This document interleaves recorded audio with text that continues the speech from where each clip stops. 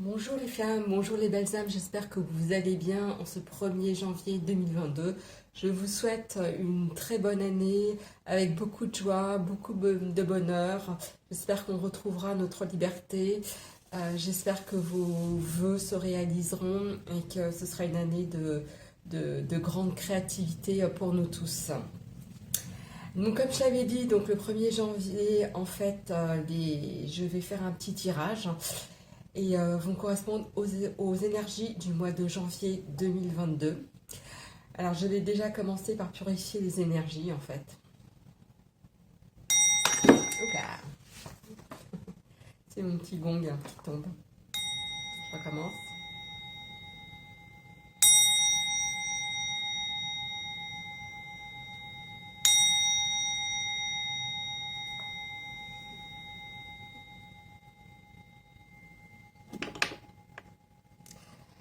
Donc je vous avais parlé dans le tirage précédent des indésirables en fait. Et je vais commencer donc avant le tirage par une prière concernant les indésirables. Donc je vous invite cette prière dès que vous en sentez des énergies qui sont mauvaises. Parce que donc je tiens à répéter que le sombre s'invite toujours à votre table. Par contre, tout ce qui est la lumière, le divin, les anges et les archanges, la règle c'est qu'il faut demander. Donc n'hésitez pas à demander de l'aide, à confier vos problèmes au divin, à Dieu, à la source, à l'univers, vous serez toujours entendu. Le sombre peut prendre des apparences très diverses, il peut s'infiltrer chez vous, dans votre maison, dans votre cœur, et il peut vous faire croire qu'en fait, que c'est de la lumière, et en fait c'est du sombre. Il peut faire passer des vessies pour des lanternes, comme on dit. Donc moi j'aime beaucoup cette prière d'Aruna en fait, Lipschitz, et je la récite souvent. Alors je commence. Par la force et la toute-puissance du Créateur et de l'Esprit Saint, je chasse et j'expulse hors de moi-même, hors de mon corps physique, hors de mon corps astral, hors de mon corps mental, toute énergie impure, toute force hostile, ténébreuse, malveillante, malfaisante, et je demande à Mère Nature de les prendre et de les amener très loin d'ici, là où elle sait pouvoir les utiliser pour le bien et l'évolution de la Terre et de tout le cosmos. Donc normalement cette prière est à lire 3 fois.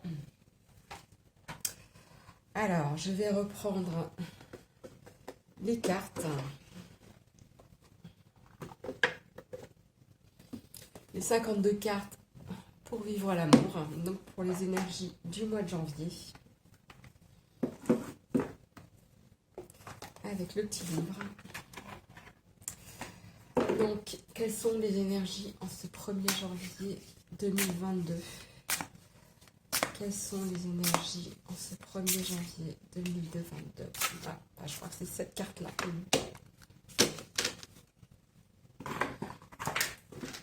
C'est un petit jeu qu'on peut faire à deux également, hein, si vous êtes en couple. C'est assez sympa. Donc, un message de Dorine Virtue sur les anges pour les anges et les archanges.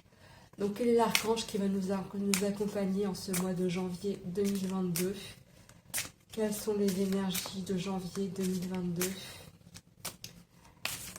Et c'est bientôt la fête la galette des rois. Hein. Hop là. Celle-ci. L'épiphanie.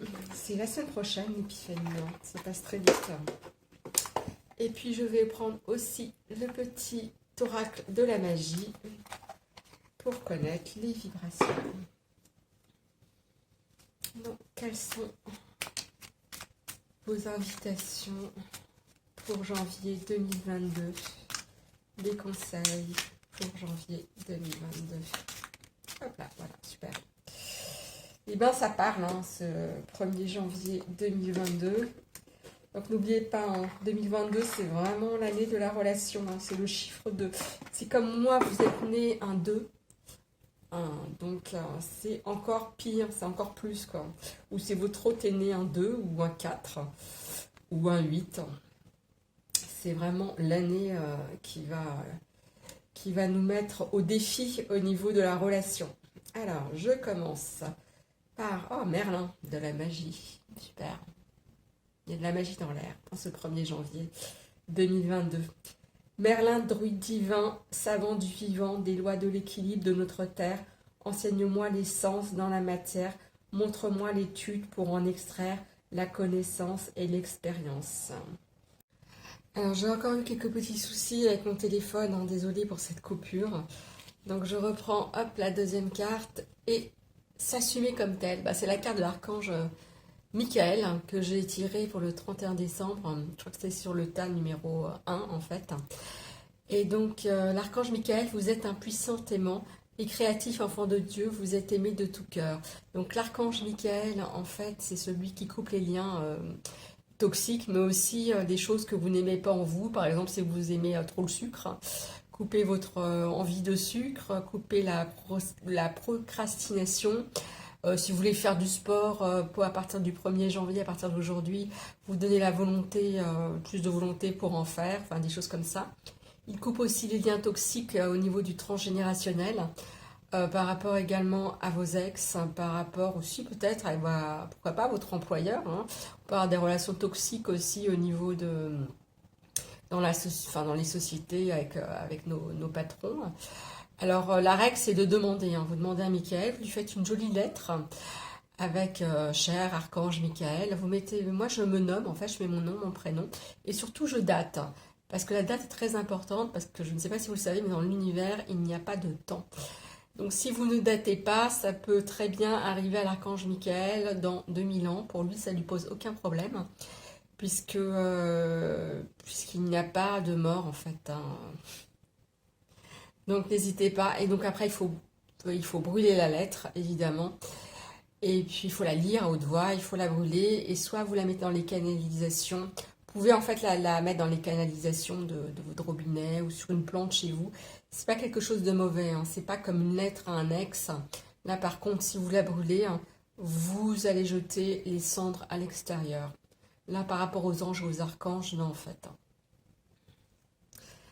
Et la carte numéro 3. Ah, je suis à l'origine de ce qui m'arrive. Eh oui, en fait, on a toujours cette notion-là d'injustice. Moi, ça a été mon gros problème, puisque l'injustice, c'est relié au rejet. Je trouvais tout injuste, je trouvais que c'était... On a toujours cette phrase, « Oh, c'est injuste, c'est pas juste ». Et donc, pour moi, ça a été vraiment un gros travail. J'ai beaucoup travaillé sur l'injustice. En plus, avec les confinements suivis, ça n'a pas arrangé les choses. Donc il faut prendre en fait sa vie à 100%, pardon, la responsabilité de sa vie à 100%. Si vous ne prenez pas la responsabilité de votre vie à 100%, vous ne pouvez pas commencer votre travail. C'est pas possible. Je sais que c'est très très difficile. C'est très compliqué. Ça demande de se remettre en cause. Ça demande aussi d'avoir beaucoup de douceur et beaucoup d'amour pour soi. Parce que là, vous allez tomber dans la culpabilité, dans la peur. Et si vous pensez que c'est vous, hein, si vous savez, si vous avez la certitude que c'est vous qui avez choisi vos parents, votre incarnation, le temps, le lieu, la durée, vos amis, vos frères, vos sœurs, vos liens d'âme, dans ces cas-là, tout devient beaucoup plus clair en fait et on souffre beaucoup moins. On est beaucoup moins dans cette espèce de tristesse, dans la colère de l'injustice, parce que l'injustice peut créer aussi de la colère. Et on est beaucoup plus détendu. Moi, j'étais beaucoup en colère hein, par rapport au confinement, à tout ça. Je l'ai assez mal vécu. Hein. Et finalement, quand j'ai pris en fait cette responsabilité de mon karma, d'avoir décidé de vivre ça, alors je me suis vraiment détendue. C'est vraiment pas évident non plus. Hein. Alors, je vais vous lire la page numéro 29, si je la trouve. Le karma relationnel.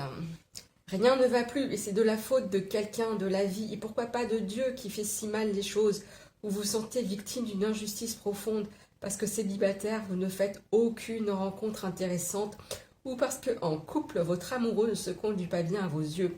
Ou alors c'est votre patron, vos enfants, vos clients, votre femme de ménage, les courses, bref, vous subissez et vous accusez. En fait, vous n'acceptez pas la loi karmique de cause et conséquences. On récolte ce qu'on sème. Il n'y a pas de fumée sans feu. On ne récolte pas des roses si on a planté des orties. Ou encore, comme on fait son lit, on se couche. Stop, cessez de la plainte ou la colère contre l'injustice et acceptez cette loi fondamentale de l'univers. Commencez à semer des roses, souriez, la vie vous le rendra. Moi, j'ai beaucoup eu de mal aussi à comprendre cette histoire de roses. On plante des roses. Vous plantez des roses en automne. Et si vous plantez des roses en automne, vous aurez des roses au printemps. Si vous pensez ne pas planter de roses en automne, vous aurez des orties au printemps. C'est la loi karmique. Ce qui est de l'intérieur et ce qui est à l'extérieur, c'est là aussi de l'univers. Ce qui est à l'intérieur est comme ce qui est à l'extérieur, et ce qui est en bas est comme ce qui est en haut. Et l'injustice ne permet pas aux lois de l'univers de se manifester, en fait. Parce qu'on est en colère, on n'est pas content, on n'est pas bien. Donc il faut vraiment comprendre ça, méditer dessus. Vous pouvez vous mettre, moi je me mettais souvent en face d'un mur blanc, en fait. Et j'ouvrais grand les yeux, je respirais. Et je me disais, je prends la responsabilité de ma vie à 100%. Et au bout d'un moment, oui, on commence à le comprendre, on commence à l'intégrer. Alors je continue le petit livre. Si vous êtes célibataire, tant que l'adolescent en vous a envie de jeter toutes les contraintes à la poubelle, comment accueillerez-vous celles qui viendront s'ajouter quand vous serez en couple ? Si vous êtes en couple, reprenez chacun votre responsabilité de co-constructeur du couple pour alléger les contraintes de la vie conjugale que vous avez librement choisies au départ. Méditation, vous êtes invité à regarder vos résistances à l'esprit de la loi et à la logique des causes et conséquences qu'elle engendre au quotidien. Tant que vous n'acceptez pas la loi karmique comme incontournable et surtout sans ronchonner, vous aurez toujours quelqu'un ou quelque chose à accuser, ce qui laisse de la place à la victime en vous. Ceci étant dit, cette réalité est bien difficile à digérer. Mais n'est-elle pas la clé de notre liberté ? Alors, il faut bien comprendre qu'accepter la loi karmique, ce n'est pas... c'est accepter aussi la transformation. Donc, c'est qu'à un moment donné, on va accueillir tout ça. On va se dire, effectivement, c'est nous qui avons choisi notre karma, notre lieu de naissance, etc. Par contre, on peut se transformer. On peut se transformer, on peut transformer les choses autour de nous. Ça, par contre, c'est tout à fait possible. La loi karmique, c'est pas une loi qui est figée dans le sol, c'est pas un dogme, c'est pas quelque chose qui est complètement figé, c'est quelque chose qu'on est amené, en fait, à transformer. Et encore plus par rapport au lien de flamme jumelle. Vous allez être amené à vous transformer, à transformer votre vie, à transformer votre quotidien, à transformer tout ce qu'il y a autour de vous. Effectivement, quand vous aurez transformé tout ça, le jour où vous planterez des roses, eh bien vous récolterez des roses au printemps. Alors voilà, les belles âmes, je vous dis en ce 1er janvier 2021, demandez aux anges et aux archanges, ils répondent toujours à nos demandes. Ils sont là pour nous aider, pour nous faciliter la vie. Et l'archange Michael, il nous fait bosser grave. Moi, je sais que j'ai des énergies michaéliques qui sont très très fortes dans ma vie. L'archange Michael a une place incroyable dans ma vie. Et il vous fait bosser, l'archange Michael. Mettez de la magie dans votre vie. Créez de la magie au niveau du vivant. Et le vivant vous le rendra. Et acceptez la loi karmique. On va vraiment, je pense qu'au mois de janvier, on va ressentir beaucoup d'injustice. Donc on va essayer, essayons tous ensemble d'être le plus tranquille possible, d'accepter de vivre ce moment. Et je suis certaine qu'au printemps, tout ira bien et que les énergies vont changer. J'en suis vraiment certaine. Donc voilà, je vous dis les belles âmes, les flammes, au revoir. Je vous souhaite encore une bonne et heureuse année à vous et à votre famille 2022. Et je vous dis à demain pour un nouveau tirage pour le mois de février cette fois-ci. Et oui, le mois de février, c'est la Saint-Valentin, c'est les amoureux. Au revoir.